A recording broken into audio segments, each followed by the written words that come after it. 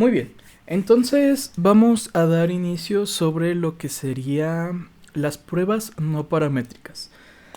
Hasta el momento estuvimos analizando estadística descriptiva y estadística inferencial, ¿verdad? Dentro de la estadística inferencial, ¿qué analizamos? ¿Alguien me podría ayudar a recordar esa parte?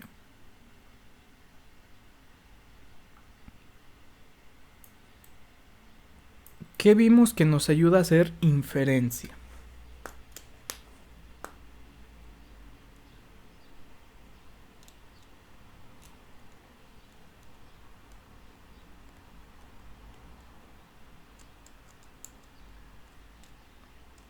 Métodos, ¿qué métodos hemos estado analizando?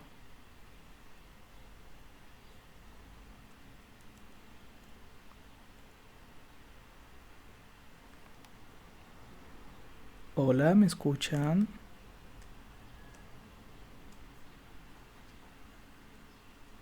Hola, ¿no hay alguien ahí?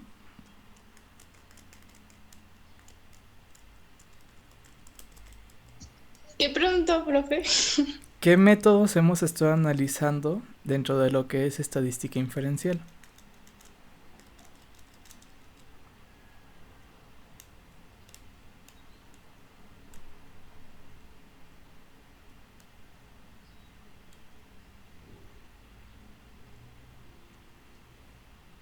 Ok, Sebastián. Hipótesis. Bien. Más precisamente prueba de hipótesis. ¿Qué otro método analizamos para estadística inferencial? El de estimación. Estimación, ¿verdad? ¿Y hay alguna otra cosilla por ahí que hayamos visto? mm, no, ahorita nada más recuerdo esas dos pruebas, hipótesis y estimación. Pues porque nada más son esas dos. Anteriormente analizamos un poquito lo que es eh, distribución de probabilidad, ¿verdad? Pero eso digamos que era la introducción para esta parte de estadística inferencial. Va, entonces tenemos dos métodos principales que nos ayudan para hacer inferencia de muestras hacia la población. Ahora, ¿alguno me podría decir cuál es la diferencia entre cada uno? ¿Cuándo debo de yo aplicar estimación y cuándo debo de yo aplicar prueba de hipótesis?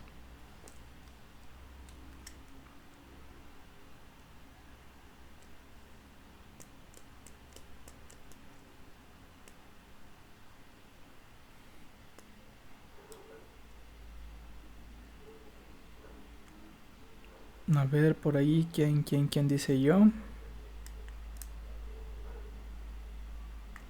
A ver, Santos, estimación cuando no es exacta, hipótesis cuando queremos que sea exacta.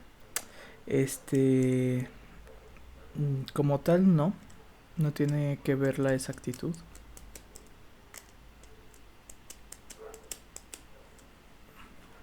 Ok, persona al azar, dedazo. A ver, veamos quién. De hipótesis, pues como tal, podría ser o concluir eh, pues una verdad basándose en una evidencia, ¿no? De lo que está dando la muestra. Muy bien, ¿y la estimación?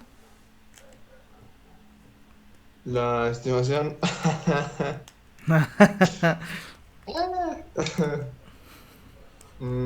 O la estimación es un valor aproximado, ¿no? De la muestra, de los datos proporcionados. Ok, va, entonces está bien. La estimación nos va a ayudar cuando tú tengas un dato muestral y a partir de ello tú aproximes al dato poblacional, ¿cierto? Digamos que tengo una media de 25 años, pues la población está entre 24 y 26, ¿va? Te ayuda a hacer esas aproximaciones a partir de ese intervalo, ¿cierto? En cambio, la prueba de hipótesis te ayuda a poder tomar una decisión aparte de, bueno, a partir más bien de una observación que tú tienes. Digamos que yo tengo la creencia de que la media de edad de determinada población es 30, tomo una muestra y a partir de esto yo empiezo a trabajar para saber si es posible que la media sea de 30 años. ¿Sí? Y pues ya vemos ahí los 10 pasitos, todo a gusto. ¿Cierto? Muy bien. Pues ¿qué creen? esa es la parte más sencilla de lo que es la estadística. ¿Por qué? Porque nos estamos basando en ambos métodos para lo que sería una estadística paramétrica, ¿vale? Vamos a empezar a analizar lo que es una estadística no paramétrica y para eso vamos a ver un bonito video de YouTube. Entonces, ¿qué nos está diciendo este video? Este video nos está comentando sobre lo que son los sistemas paramétricos y no paramétricos. ¿Alguno de ustedes que me pueda apoyar diciéndome cuál sería o cuál es la característica en las paramétricas?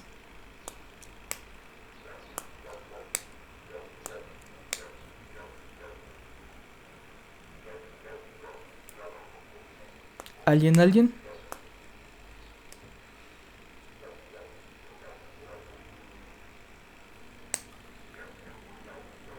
¿Cuál sería la característica principal con la estadística paramétrica a partir de lo que vimos en el video?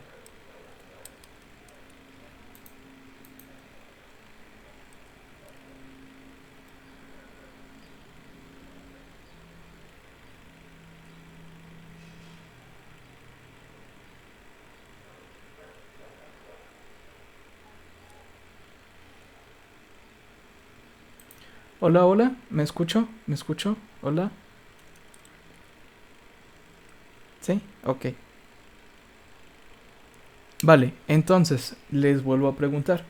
¿Cuál sería la característica principal de lo que es la estadística paramétrica a partir de lo que vimos en el video?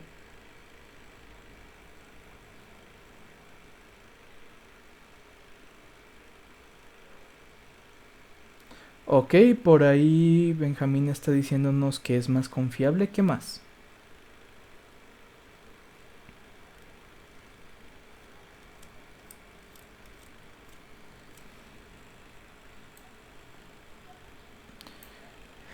Eh, bueno, Viri nos comenta algo de que hay más reglas.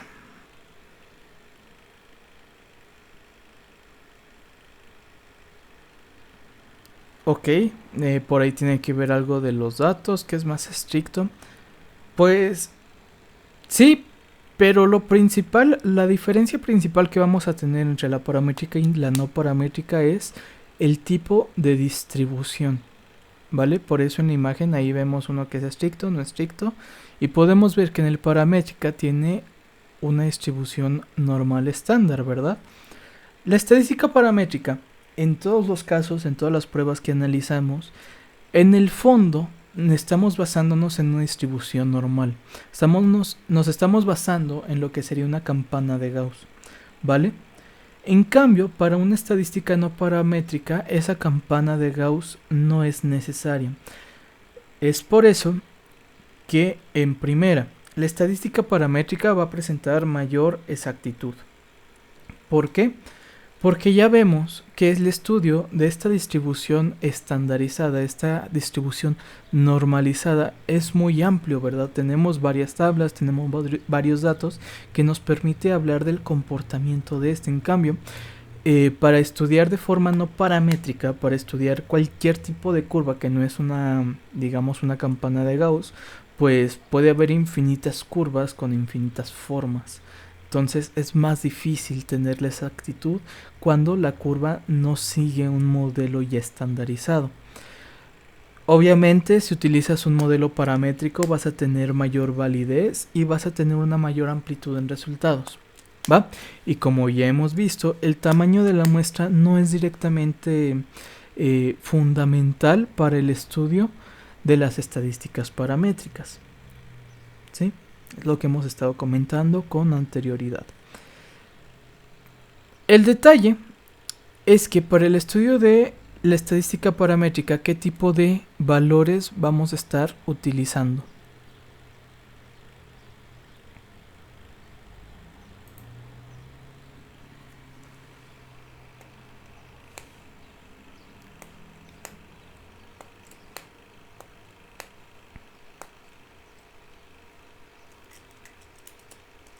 ¿Va? Entonces vamos a ocupar números, ¿verdad? Vamos a ocupar números a partir de medidas que nosotros tomamos.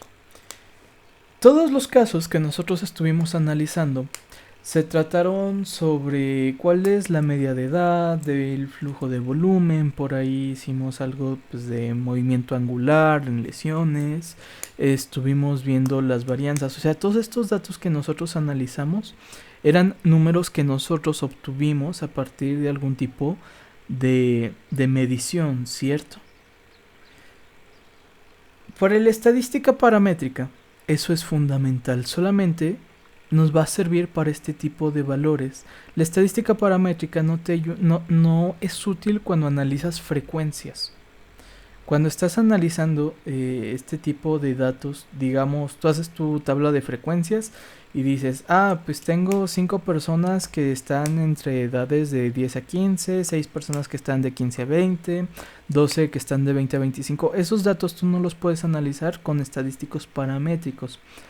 Para todos este tipo de datos, los que serían los datos ordinales, tenemos la estadística no paramétrica. ¿Va? Y esta es muy amplia, es realmente muy amplia. ¿Va?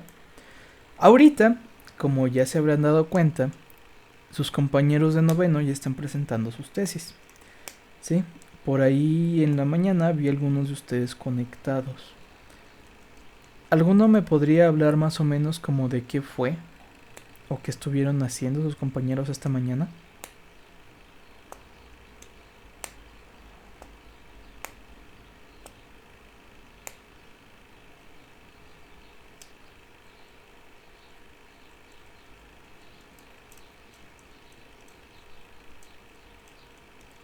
Hola, hola.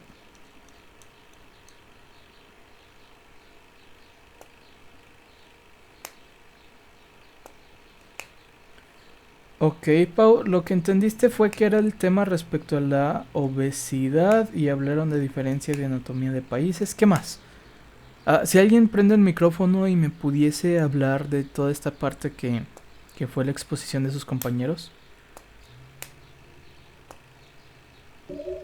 Bueno, pues ellos hablaron sobre los valores de la movilidad torácica en una población específica que fue en niños de un colegio. Bueno, valoración, eso, pero con niños y la relación con la obesidad. Y también las chicas de Colombia hicieron como una relación y ellos su tesis era comparativa. Ok, ¿me podrías hablar de los números que estuvieron presentando tus compañeros? Se me cortó, profe, y yo no vi, o sea, vi como el inicio, vi un poquito del medio y un poquito del final. O sea, sí vi todo lo aparte de mediciones. Ok, ¿qué Vi estuvieron todo midiendo? la capacidad expiratoria y inspiratoria. O sea, le pedían al niño, usaban como un rango Ujú. donde se marcaban unos, ciertos puntos, pedían al niño, ahora sí que era, por decirlo así, con palabras menos yuyuy, era cuando tenían aire y cuando no tenían aire, tal cual. O Ok, sea, pedían que era su máxima expiratoria y su máxima inspiratoria. va, entonces, Y a nivel así, torácico. con palabras yuyuy, como comentas, este, ellos pudieron medir exactamente el flujo volumétrico de inspiración.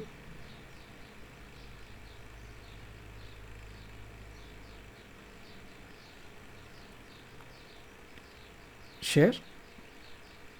Ay, yo estaba hablando y tenía el micrófono apagado. Sí, ¿no? O, Este, o sea, no, ellos pero de sí pudieron con una pequeña población. población. O sea, porque necesitaban más niños para hacerlos muestra, pero luego se vino lo del COVID y lo que decía Pau. Pero sí pudieron, ¿no?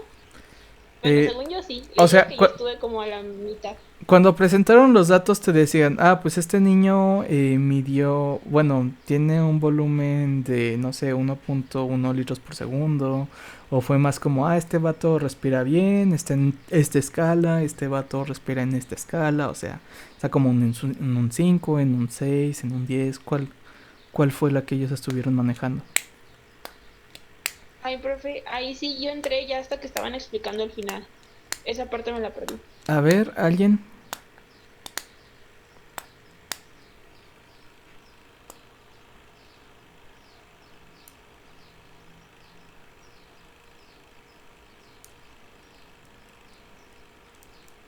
Por ahí, ¿quién nos apoya para esta resolución?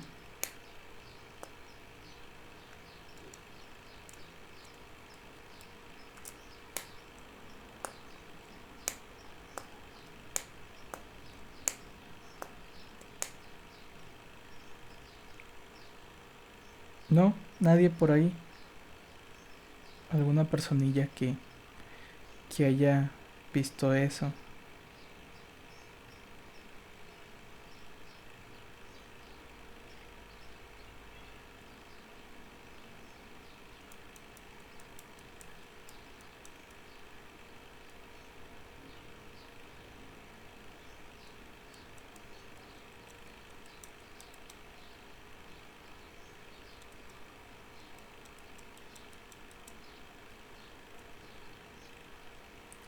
Ok, por aquí Santos nos está diciendo que debieran de haberlo valorado por litros para hacerlo medible. No necesariamente.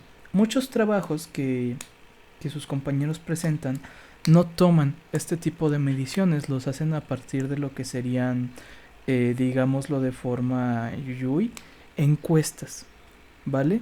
Ellos lo hacen a partir de estas escalas para ver el progreso que están teniendo. Y ese tipo de cosas no las puede hacer la estadística paramétrica. Es a lo que quería llegar. Como tú estás midiendo escalas, estás midiendo, no sé, el dolor o la flexibilidad, estás midiendo, por ahí unas compañeras suyas estuvieron viendo contención urinaria. No sé si escucharon de esa tesis. Estuvieron midiendo la contención urinaria con determinados parámetros. Pues estamos de acuerdo que no puedes medir así como la contención urinaria como, no, pues hizo pipí en 10 mililitros sin querer, ¿va? No, es más como, a ver, ¿cuántas veces tuviste este problema a la semana? O eh, cómo te sentiste, qué sientes, o sea, este tipo de valores tú no los puedes estudiar con estadística paramétrica, los tienes que estudiar con lo que sería la no paramétrica. ¿Por qué? Porque todo esto es escalable, más no es numérico, ¿sí? Recordemos que para que sea numérico tú necesitas tener, ¿qué cosa? Valores continuos, ¿sí? Y para que sea un valor realmente continuo debe de tener decimales que teóricamente podrían tender a infinitos decimales, ¿va? Esto fue de lo primerito que estuvimos analizando. Entonces, analizando ahora sí lo que sería la estadística no paramétrica, gran parte de esta se basa en un estudio que se llama chi cuadrado. ¿Alguno de ustedes ha escuchado sobre chi cuadrado? ¿No? Chi cuadrada es una nueva distribución para ustedes, porque esta cosa ya tiene décadas de existir, ¿va? Es una distribución que vamos a empezar a analizar durante las siguientes 2 clases, las clases que nos quedan, para que más o menos ustedes tengan esta capacidad de en un año poder valorar qué prueba se va a ajustar para lo que ustedes están haciendo. ¿Ok? Vale. Entonces, analizando lo que sería la estadística no paramétrica, como ya comentamos, la más utilizada, la más importante, como que el mayor exponente, va a ser la distribución de chi cuadrada. Para empezar, vamos a denotar que la puedes encontrar de 3 formas.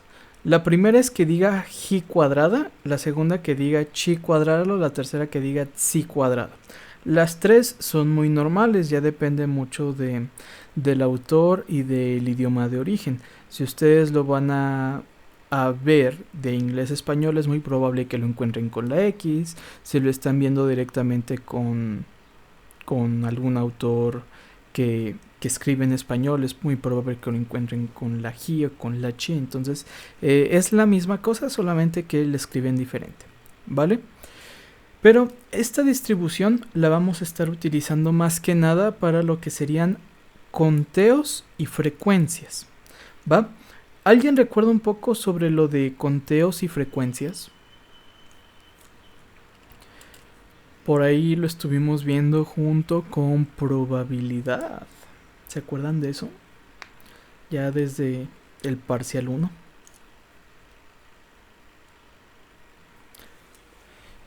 Bueno, espero que se acuerden porque lo vamos a ocupar nuevamente. ¿Sale? Ok. ¿De dónde viene esta distribución? Esta distribución nace a partir de lo que sería una distribución normal, pero no es tan sencilla como una distribución normal. ¿Por qué?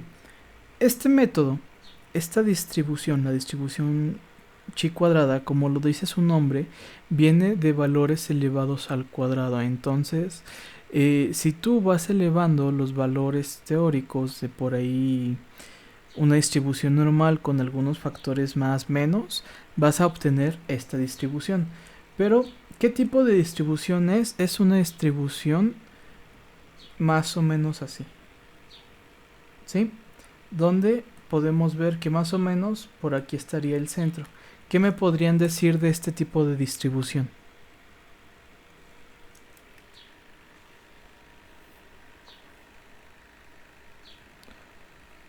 Para empezar, es una distribución asimétrica, izquierda o derecha, Santos.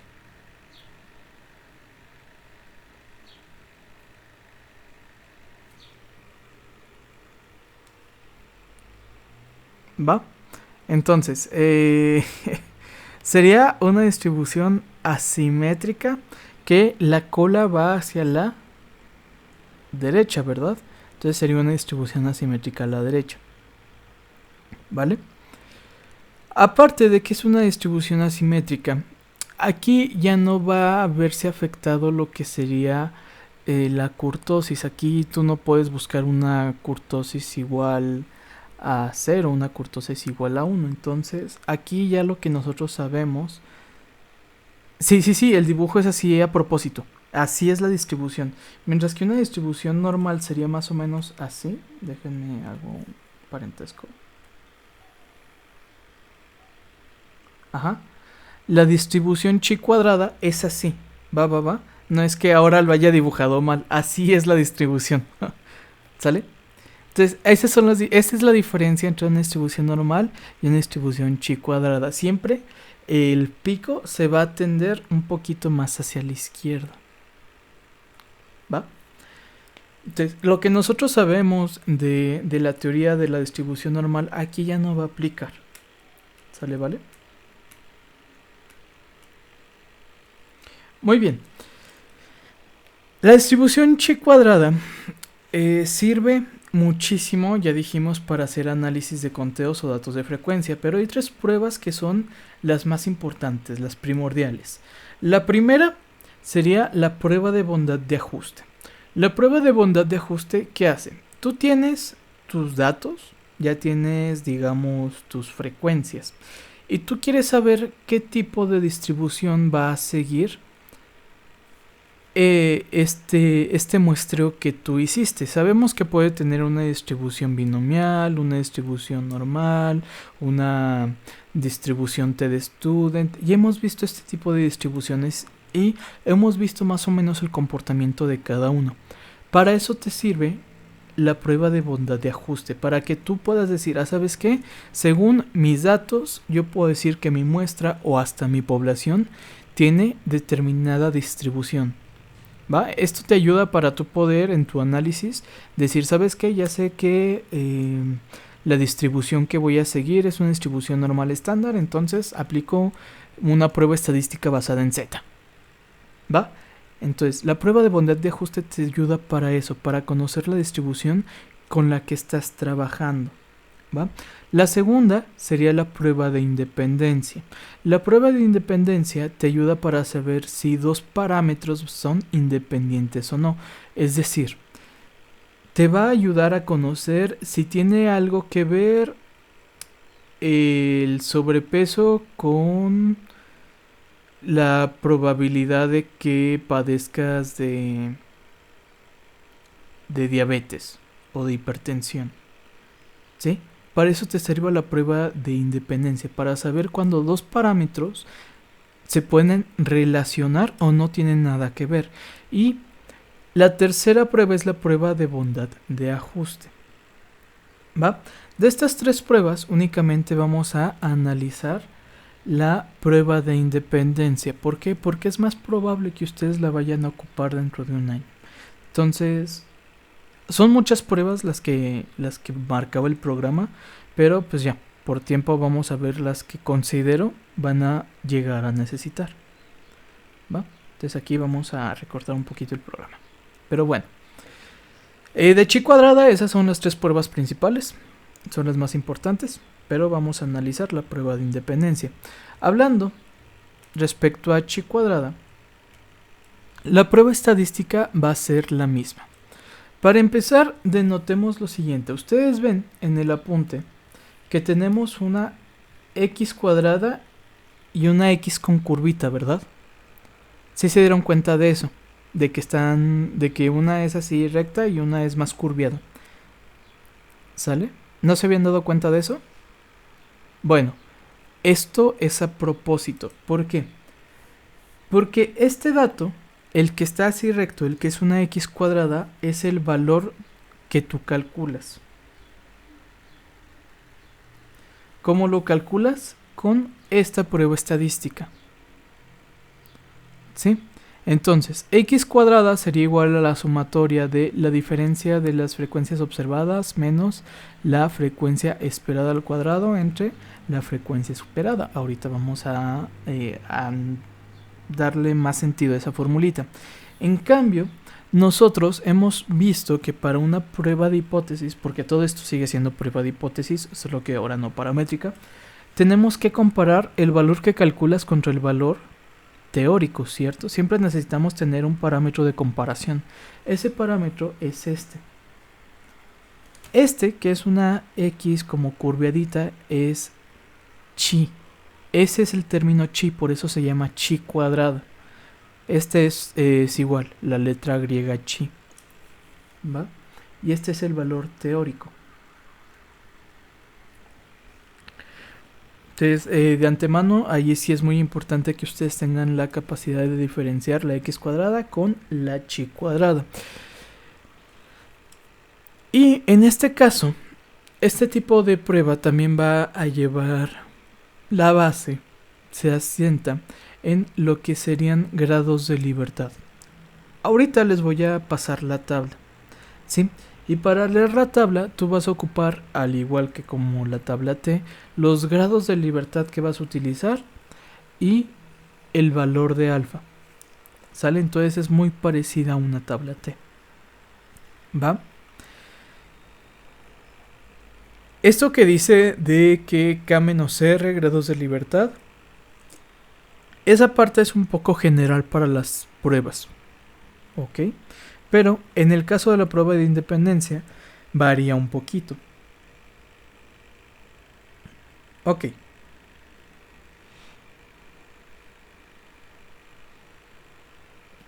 Entonces, ya más a fondo lo que sería la prueba de independencia, como ya dijimos, es una prueba basada principalmente en la distribución de chi cuadrada y te sirve para ver si dos criterios van a ser independientes.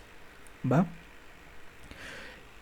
En este caso vamos a utilizar lo que son tablas de contingencia, así se les conoce. Son tablas en las cuales tú acomodas los datos para poder observar las clasificaciones.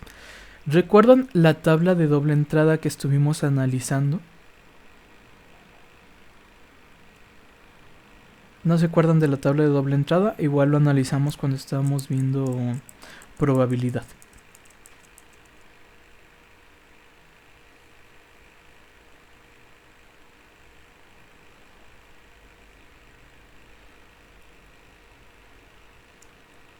Ok, suena el nombre, ¿verdad?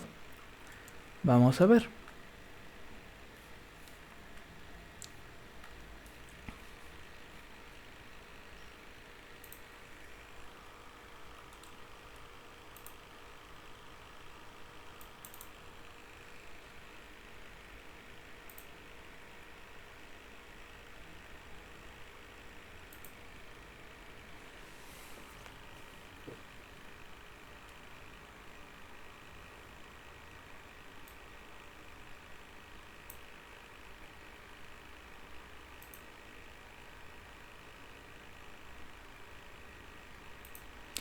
En pantalla deberían de poder ver lo que sería el apunte que hicimos en probabilidad, ¿sí?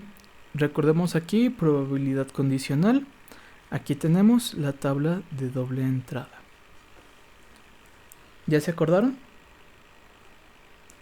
¿Sí? Entonces, en la tabla de doble entrada, ¿qué es lo que tenemos? Podemos ver que tenemos dos clasificaciones. En este caso, tenemos la clasificación colesterol e hipertensión, ¿verdad? Teníamos esas dos clasificaciones. ¿Qué es lo que hace la prueba de independencia? Ver si algo tendría que ver el colesterol con la hipertensión, ¿sí? Si hay alguna relación de causalidad. Si te da una, te va a dar la otra, tiene que ver una con la otra. Eso hace la prueba de independencia, ¿vale? Solo que a diferencia de una tabla de doble entrada, va a utilizar tablas de contingencia. Es decir, ya no va a tener 2 renglones por 2 columnas. Va a tener n renglones por m columnas. Va a ser más grande, ¿va? La elaboración sigue siendo muy sencilla. Entonces por ahí no vamos a tener ninguna complicación. Pero bueno, entonces sí, para eso sirve la prueba de independencia. Para ver si tiene algo que ver una con la otra. Si son dependientes o independientes estos criterios. ¿Sale, Benjas? Entonces, ya que recordamos un poquito lo que es la tabla de doble entrada, regresamos al apunte.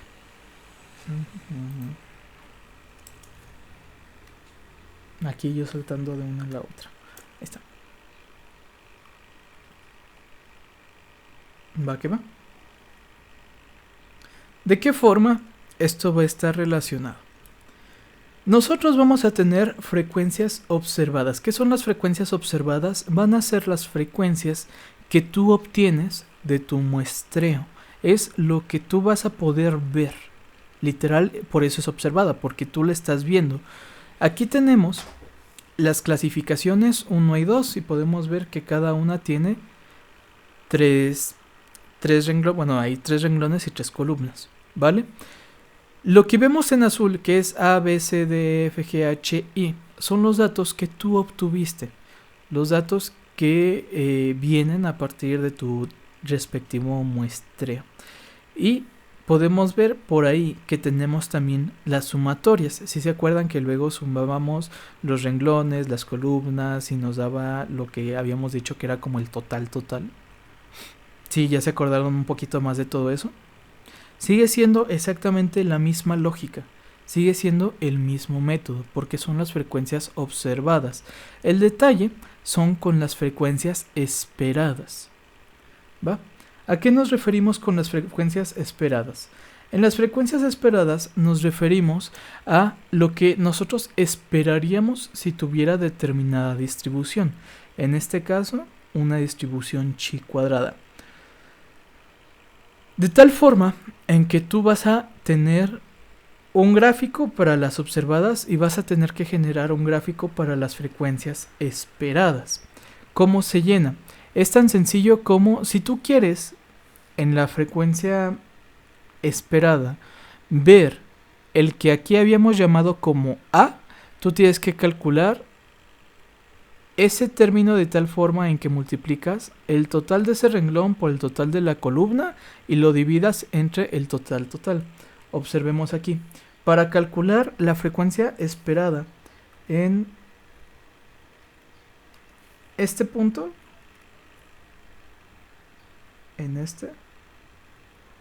para calcular la frecuencia esperada de ese punto, ¿qué hicimos? Sería el equivalente a A, ¿verdad? Pero multiplicas el total del renglón por el total de la columna y lo divides entre el total. Así es como vas calculando todos estos parámetros, bajo esta misma lógica. Entonces, no sé, Sherlyn, si yo quisiera calcular la frecuencia esperada que iría en H, ¿qué tendría que hacer?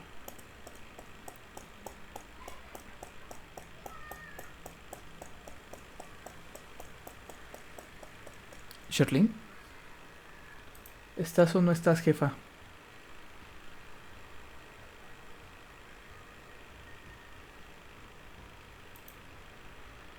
Híjole, creo que no está.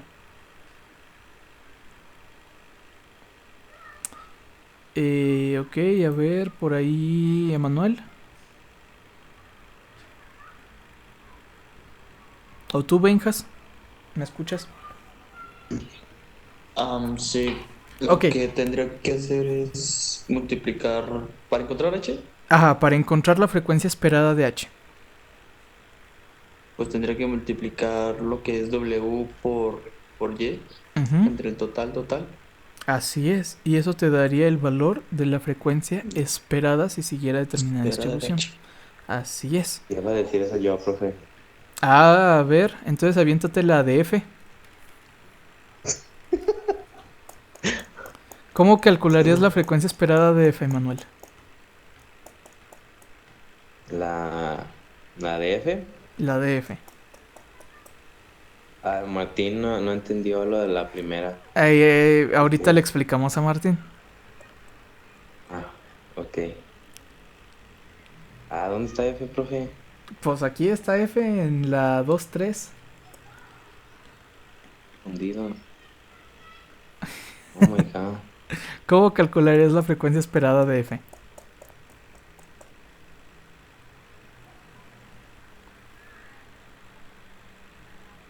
Híjole, no sé, profe.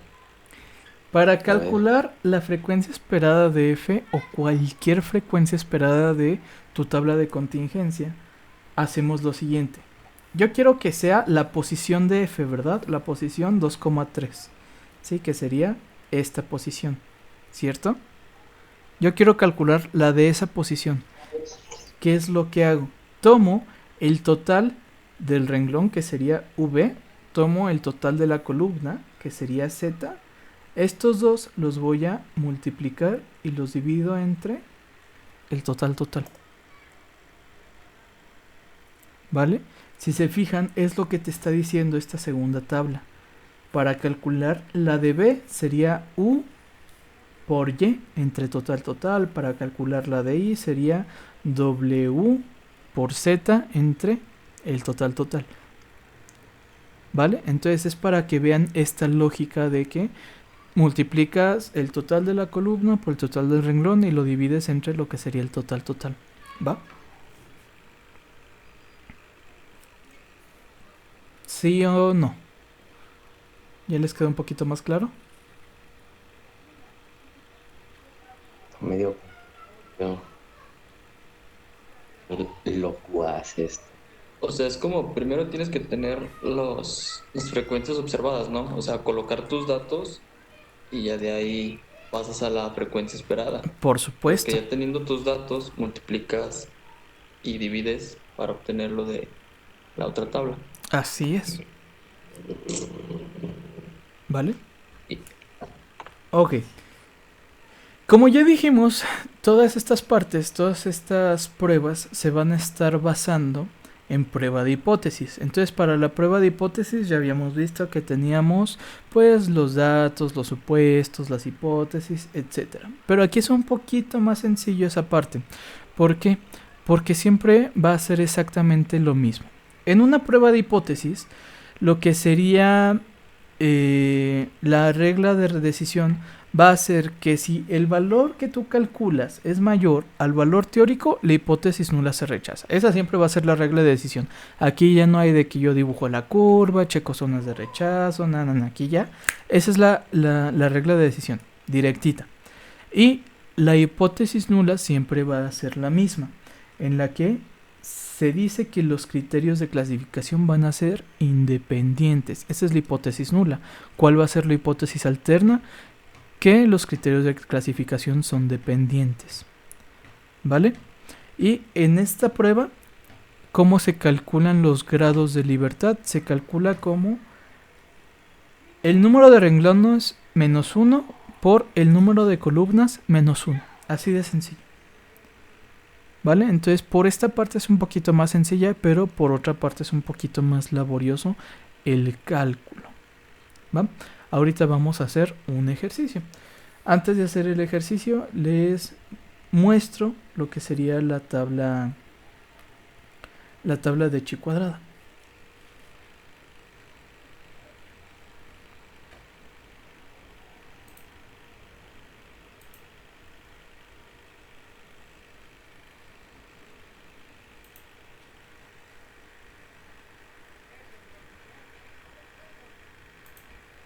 Vamos a checarlo.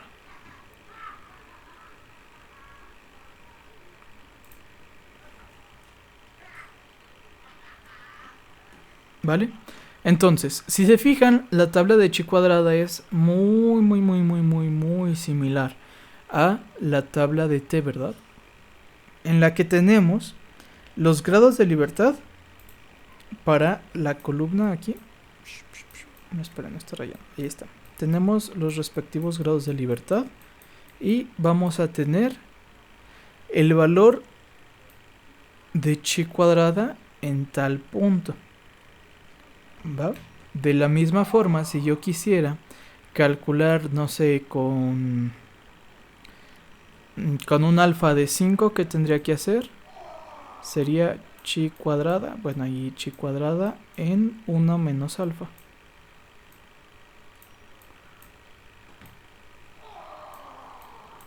Sí, sería más o menos lo mismo. Ahorita sobre el ejercicio lo vamos a estar analizando. Pero la tabla es, pues es prácticamente, se leería prácticamente igual que la de t. Entonces espero ya estén familiarizados con la tabla de t. ¿Sí o no?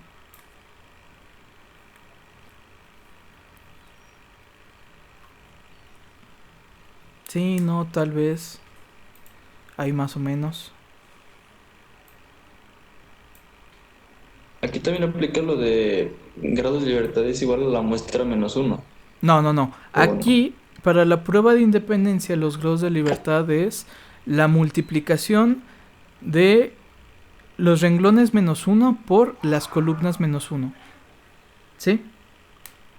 Sobre la punta que les puse, déjame dejar de proyectar esto. Sobre este apunte,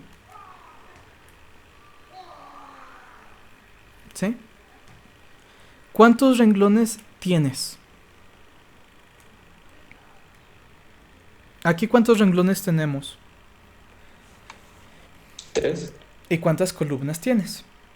3. Entonces tenemos 3 renglones y 3 columnas. R sería igual a 3, C sería igual a 3. Los grados de libertad sería igual a renglones menos 1 por columnas menos 1. Esto sería 2 por 2. Es decir, tienes 4 grados de libertad. ¿Va? Así es como tú obtienes los grados de libertad para una prueba de independencia.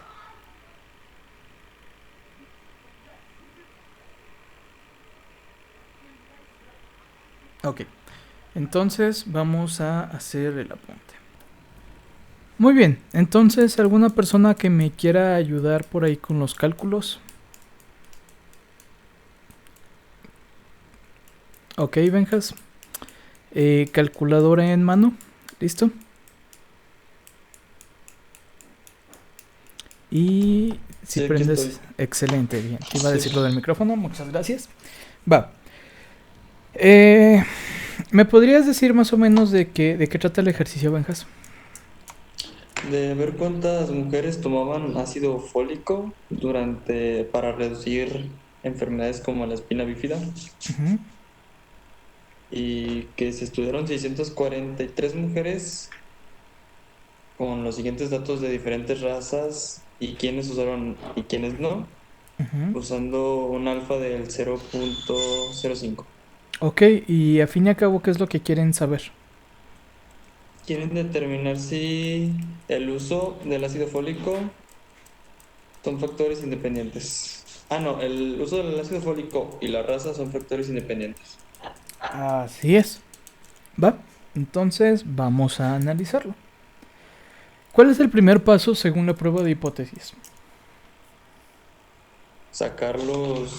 Bueno, a lo que pienso yo, lo que es las frecuencias observadas.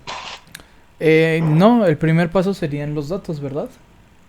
Ajá. O sea, el primer paso lo conocemos como datos.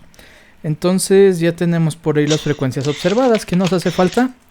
Los totales. Entonces, Benjas, ¿cuál es el total de raza blanca? 559. 559. ¿Cuál es el total de raza negra? 56. ¿Cuál es el total de otro? 21. ¿Cuál es el total de los que usaron ácido fólico de forma preconcepcional? 282. Y de los que no usaron ácido fólico. 354. ¿Y cuánto nos va a dar el total? El total es sumarlos todos. No, pues Mira, 643. si tú sumas esta columna o si tú sumas esta fila, te debe dar exactamente lo mismo. Ah, pero pues sí, si se tomaron 643 muestras, el proceso va a ser, ¿no? Pues sí, ¿verdad? Un- Así es, ¿va? Pero si tú sumas la fila o si sumas la columna, el resultado debe ser 643. Punto. O sea, cualquiera de las dos. Cualquiera de las dos. ¿Sale? ¿Qué otro dato conocemos por ahí? El alfa. Ok, ya desde este momento nos dio el alfa, ¿verdad? Entonces tenemos un alfa igual a ¿qué? Al punto 05. Al punto 05. ¿Y hay algún otro dato que podamos conocer?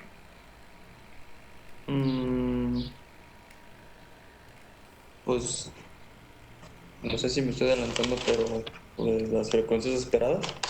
Ahí sí te adelantaste un poquito. Otro dato que podemos conocer serían los grados de libertad, ¿cierto? ¿Cuántos grados de libertad tendríamos? 640. Ah, no. Wow, wow, wow. Lo que dijo. Ajá. Entonces tengo. ¿Cuántos renglones? ¿3? Tienes 3 renglones. Ajá. ¿Y cuántas columnas? 2. 2 columnas. Entonces sería 3 menos 1 por 2 menos 1. ¿Cuánto nos da? 2 por 1. 2. Así es, tenemos 2 grados de 2 libertad. grados de libertad, ¿verdad? Y de Sí. datos, pues ya, eso nos basta. ¿Cuál es el segundo paso?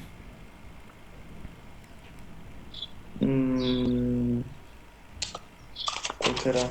Esperen, ¿está lloviendo? Pues ahora es- Permítanme un segundo la ropa. ok. Qué triste. Muy bien. O sea, siguen los mismos pasos de supuestos y eso. Sí, los mismos, porque es prueba de hipótesis, ¿va? Oh, ok. Entonces, para los supuestos, usualmente suponíamos la distribución, suponíamos qué otra cosa por ahí, tal vez la varianza, suponíamos alfa, ¿verdad? Sí. Pero en muy este bien. caso, no podemos suponer que siga una distribución aproximadamente normal, porque es una estadística no paramétrica. Y al ser no paramétrica, tampoco podemos suponer una distribución que esté siguiendo de forma concreta, ¿vale? Pero, si se fijaron en el video, hubo una parte en la cual venía supuestos, paramétrica y no paramétrica. ¿Se recuerdan esa parte del video? Que ponía una tablita comparativa. No. Bueno, en este caso, el supuesto más importante que se tiene que hacer es el hecho de que se debe de tomar toda muestra de forma independiente y aleatoria. ¿Sale? Ese va a ser el supuesto que tú vas a generar, porque ya vimos, bueno, en el video se dice que pues si por ahí se toman muestras que no sean independientes, pues por ahí ya nos fuimos por un lado que no es, ¿verdad? Entonces el supuesto va a ser que la muestra se tomó de forma aleatoria.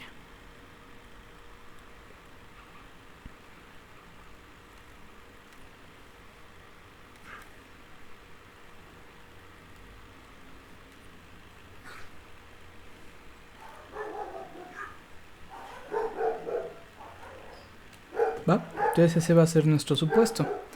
El paso 3, ¿cuál sería, Benjas? Sería la hipótesis. La hipótesis. ¿Qué hipótesis vamos a tener? Hipótesis nula, hipótesis alterna, ¿cierto? Sí. ¿Qué pondríamos en cada una? Si es independiente o no. O depende. O sea, si Ah. son independientes o dependientes. Así es. ¿Y cuál sería cuál? La alterna es la independiente. ¿Que son o no son? Que son factores independientes. No, es al revés. ¿Va? Oh, La hipótesis nula siempre va a ser que los criterios van a ser factores independientes. ¿Sí? La alterna es que no son independientes. ¿Va? En este caso, ¿de qué estamos hablando? Estamos hablando de la raza y del ácido fólico, ¿verdad? Entonces, aquí me tienen que decir cuáles son estos criterios. ¿Cuál sería entonces este criterio? Pues el consumo de ácido fólico y la raza son independientes.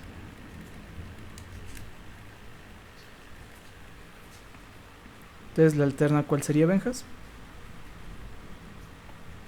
que el consumo de ácido fólico y la raza son dependientes. Ujú.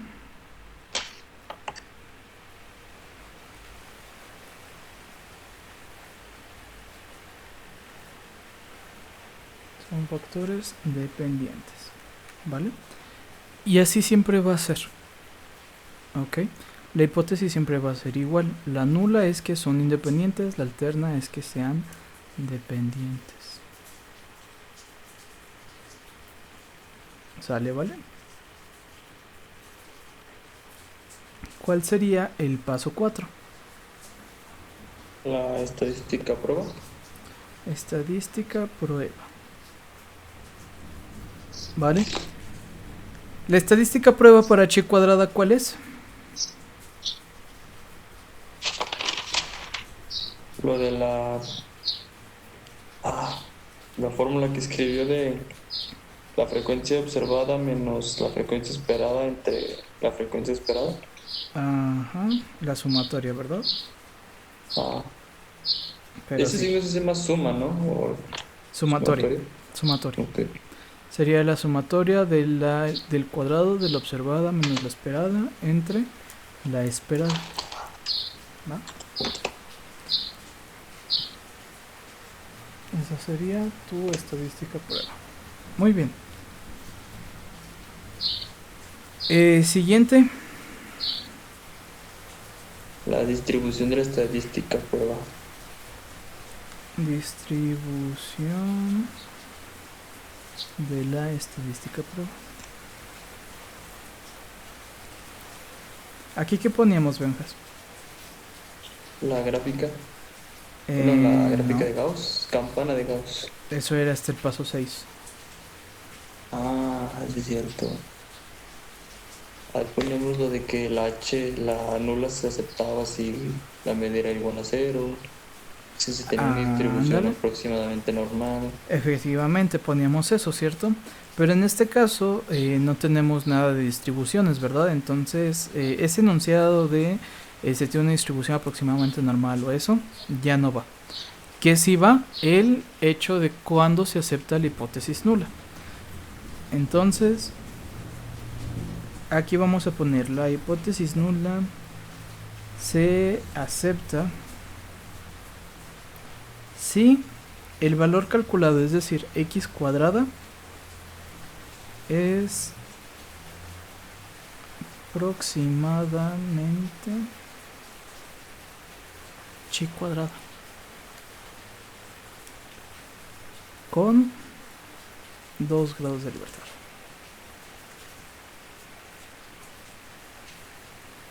Y si se fijan, usa la misma lógica. Tú aceptas la hipótesis nula si el valor que tú calculas es igual al valor teórico, ¿verdad? Sigue la misma lógica que habíamos estado utilizando. ¿Va que va?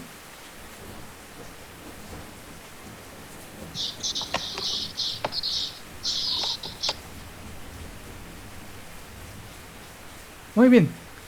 ¿Cuál es el siguiente paso, Vengas? La regla de decisión. La regla de decisión.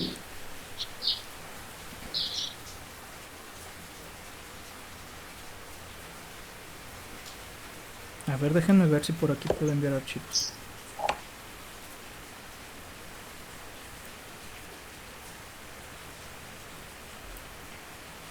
Ah, creo que no. Ah, chale. Estaría chido que por aquí pudiera enviar archivos. Qué malón. Pero bueno, entonces, regla de decisión. Para la regla de decisión ocupamos ver la tabla de chi cuadrada, ¿verdad? Entonces, déjenles proyecto la tabla de chi cuadrada.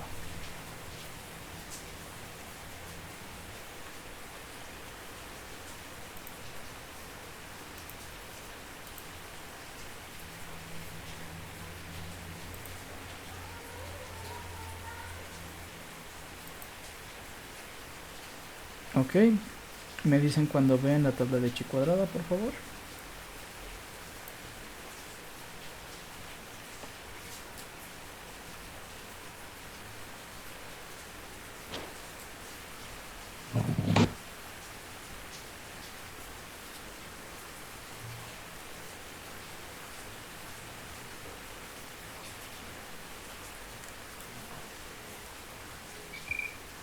Listo, ya se ve. Muy bien. Entonces, aquí es donde nosotros determinábamos a partir de qué valor se aceptaba o se rechazaba nuestra hipótesis nula, ¿verdad? ¿Qué dice la teoría al respecto, Benjas? ¿Cuándo ¿De qué? rechazas la hipótesis nula? Con la hipótesis nula se va a rechazar si... ¿Cómo era? Chi al cuadrado. Ujú. Es aproximadamente... No. No ahorita en, en el paso 5. En el apunte que hicimos, en el apunte, lo final, la parte final del apunte, te dice cuál va a ser la regla de decisión. En la prueba de independencia. Ajá, en el apunte de prueba de independencia fue lo último que escribimos. La Viene hasta norma el final. será que los criterios de clasificación son independientes y si chi cuadrada es mayor o igual, ¿cómo se dice la otra? X cuadrado. X cuadrada. La hipótesis nula será rechazada. Entonces, ¿cuál es la regla de decisión, Benjas? Si quién es mayor que qué. Si chi al cuadrado se es mayor o igual que x cuadrada. La hipótesis nula se rechaza, ¿verdad? Sí. Pero el punto de la regla de decisión no es dejar la ambigüedad de chi cuadrada, es darle un valor específico, ¿estamos de acuerdo? Ujú. Entonces, tenemos que ver chi cuadrada. Ya sabemos cuántos grados de libertad tenemos. ¿Cuántos teníamos, Benjas? 2. Teníamos 2 grados de libertad. Entonces ya sabemos que estamos sobre esta fila. Pero ahora vamos a ver cuál columna vamos a manejar. ¿Cuánto valía alfa? 0.05. Entonces, ¿cuánto sería chi cuadrada en 1 menos alfa? 0.95. Entonces sería 0.95 con 2 grados de libertad. Tenemos 5.991. Ujú. Entonces, ¿cómo podemos escribir ahora sí nuestra respectiva regla de decisión? La hipótesis nula se rechazará Ujú. si chi al cuadrada, ¿Cuánto vale chi cuadrada? si chi cuadrada 5.991 es mayor o igual que x al cuadrado. Así es. Entonces, si te fijas, aquí fue mucho más sencillo enunciar la regla de decisión, ¿cierto? Ujú, sí.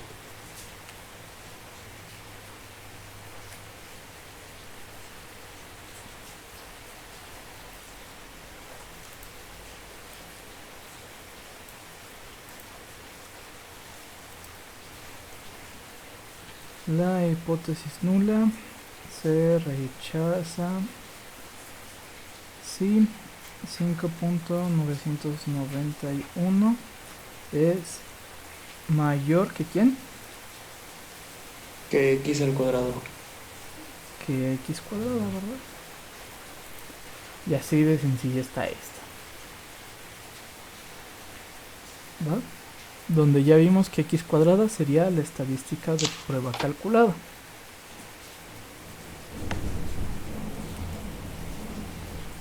Y ahora, ¿qué sigue, Benjas? Ahora sí el cálculo.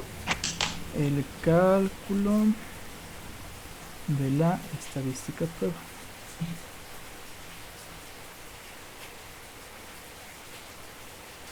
Muy bien. Aquí sabemos que tenemos que calcular x cuadrada, ¿verdad? Pero para calcular x cuadrada, ¿qué vamos a ocupar? La sumatoria de las frecuencias. De las frecuencias, ¿cuáles? Es- eh, la A y las observadas menos la esperada al cuadrado entre la esperada. Así es. Entonces aquí ya ocupamos las frecuencias esperadas, ¿verdad? Entonces vamos a hacer una segunda tabla para las frecuencias esperadas, ¿te parece? Ujú. Pues déjame copiar esta. Y la pego aquí.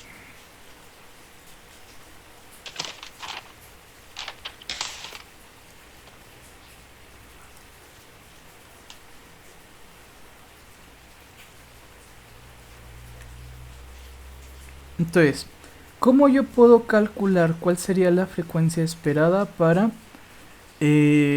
raza blanca que sí tomaba de forma preconcepcional el ácido fólico, Benjas? La gente blanca. Ajá, ¿cómo lo hago? Sería 559 por 282 entre 643. Así es. ¿Y cuánto te da? Y sale 245.16. 245.16. 16. A ver.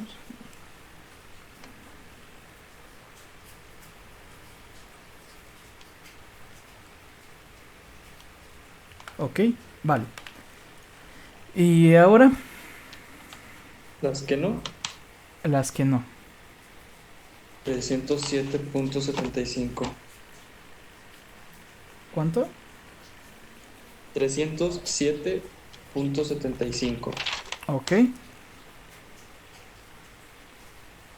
Y ahora raza negra que se utilizaba. 56 por 282 Ujú, entre 643. 24.55. 24.55. ¿Y los que no? 56 por 354 entre 243. 30.83. Va. ¿Y para otro? Para otro, 21 por 282 entre 643. 9.20. Ujú, ¿y de no? 21 por 354 entre 643. 11.56. 11.56. Vale. Entonces, ¿estas qué serían, Benjas? Las esperadas, las frecuencias esperadas. Las frecuencias esperadas, ¿cierto? Y lo calculamos Sí. a partir de los totales, ¿verdad? Entonces, hasta aquí, ¿alguien no le quedó claro cómo sacamos las frecuencias esperadas? Martín.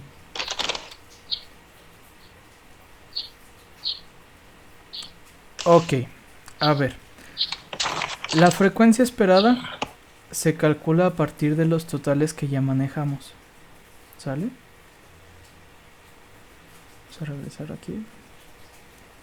Yo quiero sacar la frecuencia esperada para la raza blanca que se utilizaba a ácido fólico. ¿Sale?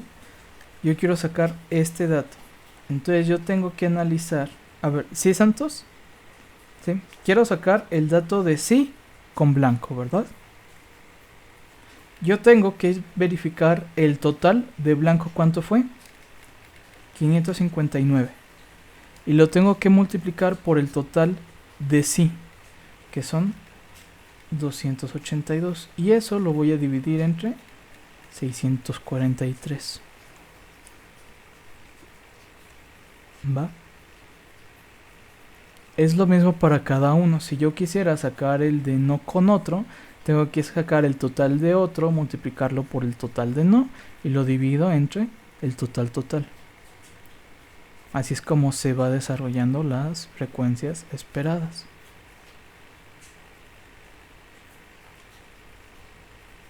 ¿Vale, Santos?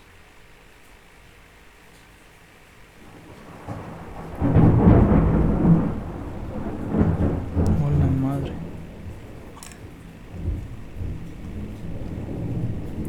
A ver, ¿cuánto sería blanca, no, Santos? ¿Qué tendrías que multiplicar por quién?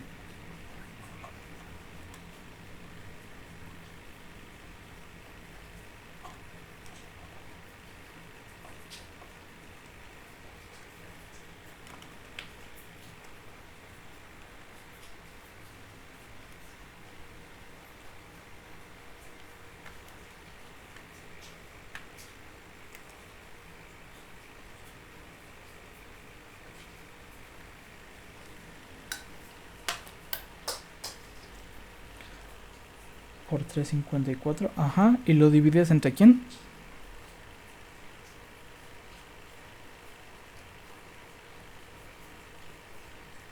Así es. Así es como se debe de hacer con cada uno. ¿Sale?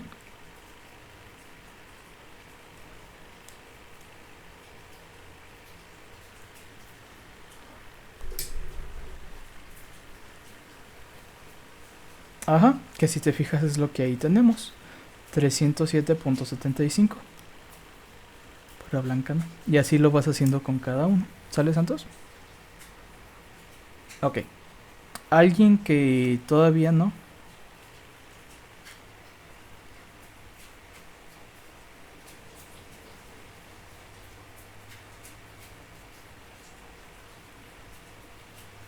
¿Todo chido?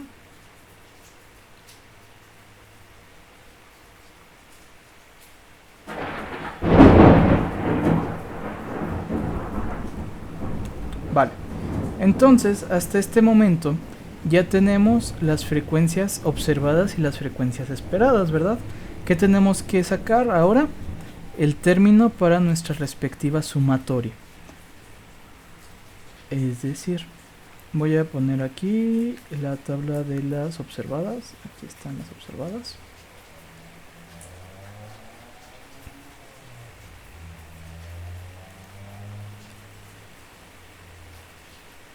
¿Y qué es lo que tengo que hacer?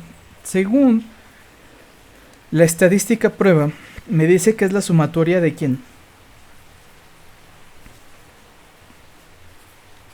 ¿De quién es la sumatoria? La sumatoria de las frecuencias observadas menos las esperadas. Ok, entonces, ¿cuál es la frecuencia observada para blanco sí? A 260. Sería 260, ¿verdad? Sí. 260. ¿Cuál es la esperada para blanco sí? 245.16. Eso lo elevo al cuadrado, ¿verdad? Y lo divido entre la otra vez 245. 245.16. Y luego le voy a sumar la de blanca no. ¿Cuál es la frecuencia observada para blanca no? Observada, blanca no. Observada 307.75. ¿La observada? 299. Menos la esperada. La esperada es 307.75. A eso le elevo al cuadrado y lo divido entre la esperada. 307.75. ¿Vale? Tengo que hacer eso para todos los términos. Ah, ¿es en serio? Ajá. Por eso es sumatoria. No. Oh. Lo dices bien sorprendido, así como de chingada madre. Pues no, es que es tardado. ¿Va? Entonces sería 15 menos 24.55 al cuadrado entre 24.55 más 41 menos 30.83 al cuadrado entre 30.83 más 7 menos 9.2 al cuadrado entre 9.2 más... Aquí me falta espacio.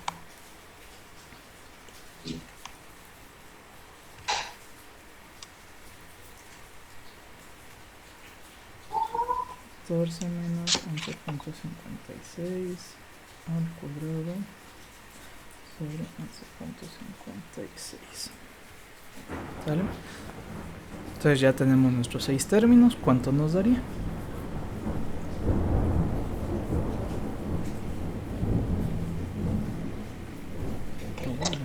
Si la calculadora ya no avanza, se le daba igual y se seguía no igual. Sí, pero fíjate que te hayas quedado hasta un signo de más. Ajá. Hasta un signo más, o sea, mi último signo tiene que ser de más.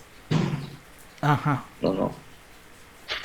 Sí, porque si no ya te fuiste a otra cosa completamente diferente.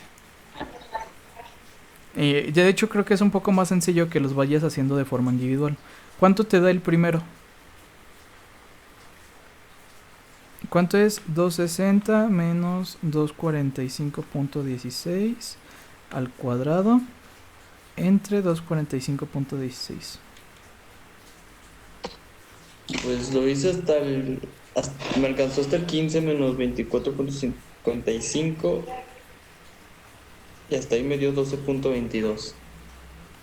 Me faltarían los otros tres. Sería ir checando. Por eso es mejor irlo haciendo con los factores de forma individual. Ir haciendo cada sumita de forma individual. A ver, ve haciendo el segundo mientras agarro un cabo.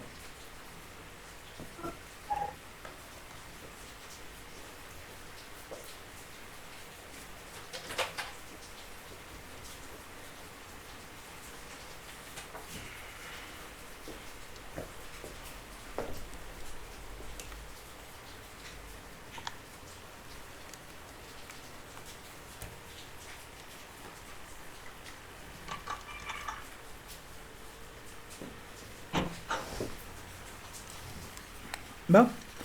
Entonces, ¿cuánto nos daría el segundo? ¿Cuánto es 299 menos 307.75 al cuadrado entre 307.75? Ok, el segundo 0.24. El tercero.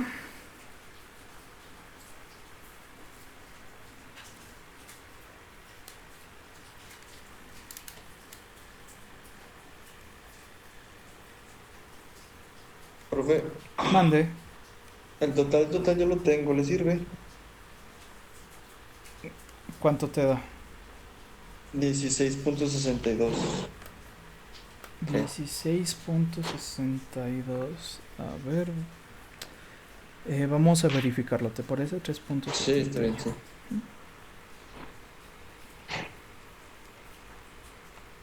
El cuarto, ¿quién lo tiene?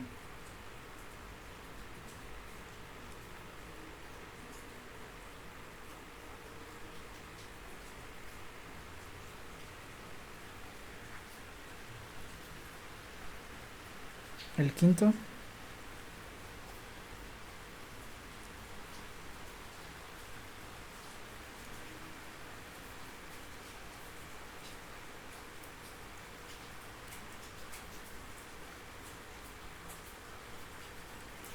Y el último. El último es 0.51. 0.51. Ahora sí, ¿cuánto nos da la suma de todos estos?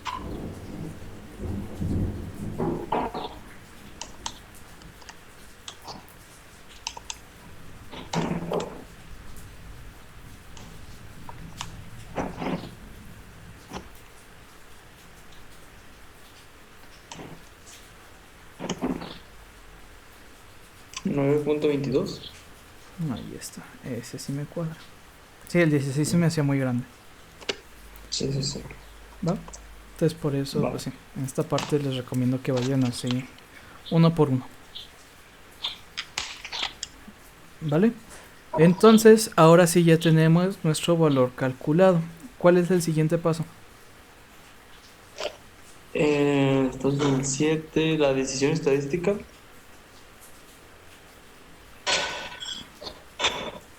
Decisión estadística, ¿verdad? ¿Qué vamos a decidir? Si se rechaza o no la hipótesis nula. ¿Y rechazamos o no? Pues nos salió 9.22. No, no se creo. No, no se rechaza. A ver, vamos a ver. La hipótesis nula se rechaza si 5.991 es mayor que x cuadrada, ¿verdad? Entonces, en este caso, 9 es mayor que 5. Sí. Entonces, no se rechaza. Aquí va.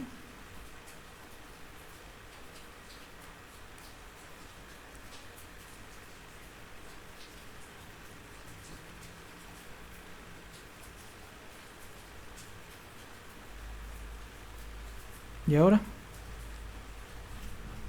Ahora ya es la conclusión. Conclusión.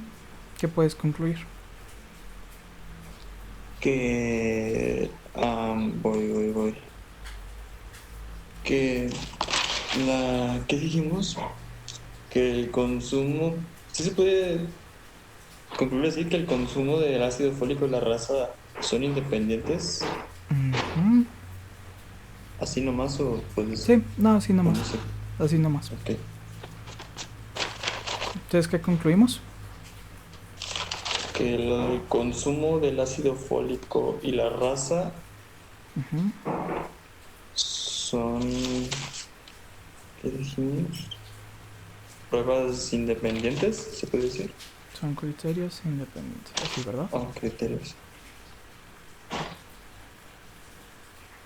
¿Sale?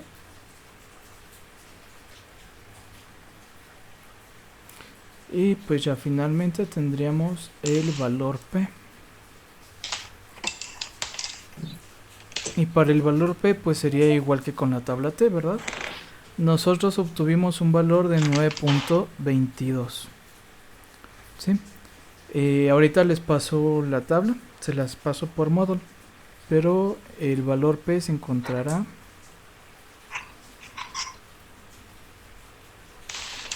está entre 0.1 y 0.025. ¿Va?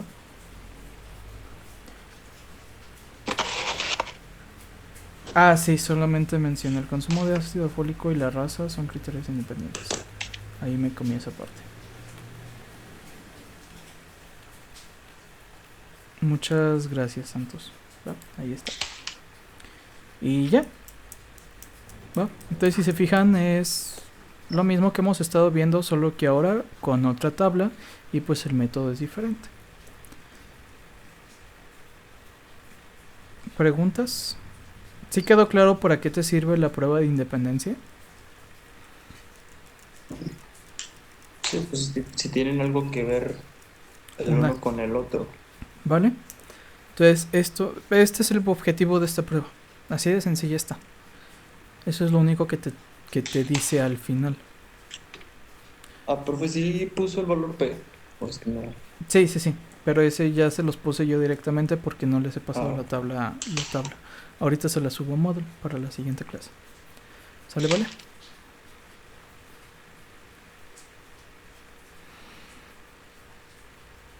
Bueno.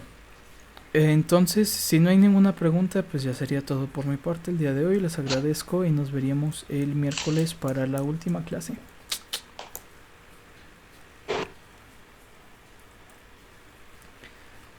Hecho. Que tengan Sí. bonita